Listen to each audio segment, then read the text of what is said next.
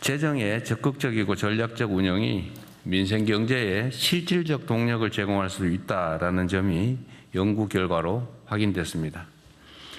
지난해에 지급된 민생회복 소비 쿠폰이 지역 소상공인 매출을 소비 쿠폰 100만 원당 추가로 43만 원가량 늘리는 효과를 거뒀다고 확인됐습니다.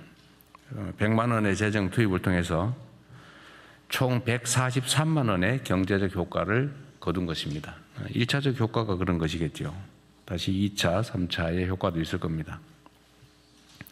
다른 여러 분석에서도 적시에 이루어진 과감한 재정 투입이 내수를 진작하고 경제 전반에 활력을 불어넣는다는 점이 일관되게 입증되고 있습니다. 그런데 이런 객관적 사실에도 불구하고 마치 돌림노래처럼 긴축을 강요하는 목소리가 사회 일각에 존재합니다. 국가 채무를 명분으로 들고는 있는데 사실상 민생 고통을 수수방관하라는 무책임한 목소리입니다. 한때 그런 시절이 있었죠. 절약이 미덕일 때가 있었습니다. 안 쓰고 아끼고 저축하고 막 허리띠 졸라매고. 그러나 지금은 소비가 미덕인 시대입니다. 이 돈이 안 돌아서 문제인 사회가 됐습니다. 이럴 때는 투자를 통해서 경제가 순환하게 하는 게 정부의 역할입니다.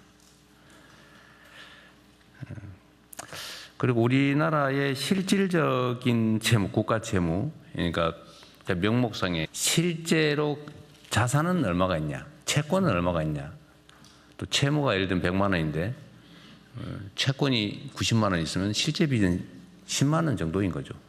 이렇게 따져보면 실질 채무가 10% 정도다. GDP 대비 10% 정도다라는 국제기관의 발표도 있었습니다. 다른 어느 나라보다도 국가 채무 구조가 우량하다라는 것입니다. 지금은 위기입니다. 이런 위기 시대에는 아끼는 것도 중요한데 오히려 국가의 역량을 키우는데 투자를 할 필요가 있습니다. 적극적 재정을 통해서 내수를 활성화하고 또 경제 성장률과 GDP 자체를 높이면 분모가 커져가지고 국가 부채 비율은 오히려 떨어집니다. 특히 이 과정을 통해서 잠재 성장률과 생산성이 제고되면 세입 기반도 확대되고 또 부채 비율은 장기적으로 낮아져서 경제의 성장판이 더욱 두터워지는 선순환 구조를 실현할 수 있습니다. 국민의 눈을 속이는 포퓰리즘적인 긴축 재정론의 함정에 빠져서는 안 됩니다. 아무 때나 막 쓰자는 그런 얘기는 전혀 아니죠. 그렇게 하면 안 되겠습니다. 뭐 경제가 정상화되고 활성화되고 있는데 자꾸 빚내서 쓸 일은 아니겠죠. 그러나 지금은 투자를 통해서 잠재력을 키울 수 있는 시기입니다. 특히 위기 시기이기 때문에 지금 투자하면 나중에 더 큰 보상으로 돌아온다라는 게 기본적 원리 아니겠습니까? 정부는 적극적인 재정 정책을 통해서 국민 경제 대도약의 발판을 닦는 데 역량을 집중해야 되겠습니다. 이런 기조를 바탕으로 하반기 경제 성장 전략 수립과 내년도 예산 편성에 임해주기를 당부드립니다. 중동 전쟁이 11주 차에 접어들면서 석유류 가격을 중심으로 일부 물가가 불안한 모습을 보이고 있습니다. 공공기관 이부제 또 민간의 자율적 오부제 등으로 불편을 겪는 국민께서도 많이 계실 겁니다. 그럼에도 정부의 위기 극복 노력에 국민들께서 힘을 모아주신 덕분에 우리 경제는 이런 대외 위기 속에서도 아주 견조한 모습을 보여주고 있습니다.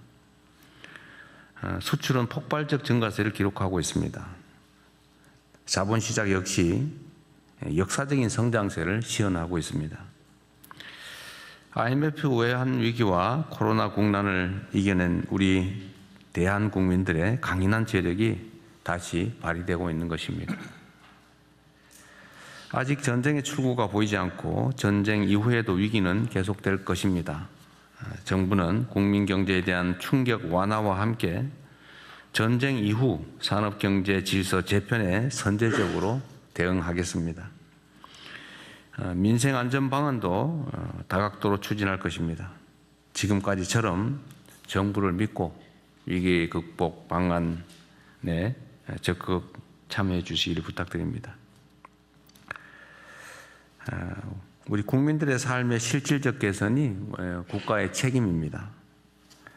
실생활에 켜켜이 쌓인 비정상을 정상화하는 데서 민생 안정은 시작됩니다. 부정한 결탁과 짬짬이 반칙으로 타인에게 피해를 주면서 이익을 본다든지 또는 사익을 편취하는 이런 모든 민생의 손톱 및 가시 같은 것들을 남김없이 뽑아내야 됩니다. 그래야 사회 신뢰가 높아지고 국민 통합과 안정적 성장을 위한 기반이 조성됩니다. 이전에 구체적 사례로 몇 가지 지적한 게 있었죠. 교복폭리라든지 또 계곡 불법 시설 정비 문제나 또는 비서실장께서 관심 갖고 있는 휴게소 카르텔 문제, 또 부동산 짬짬이 같은 그간 지적된 일상 속의 비정상의 정상화에 더욱 속도를 내주시기 바랍니다.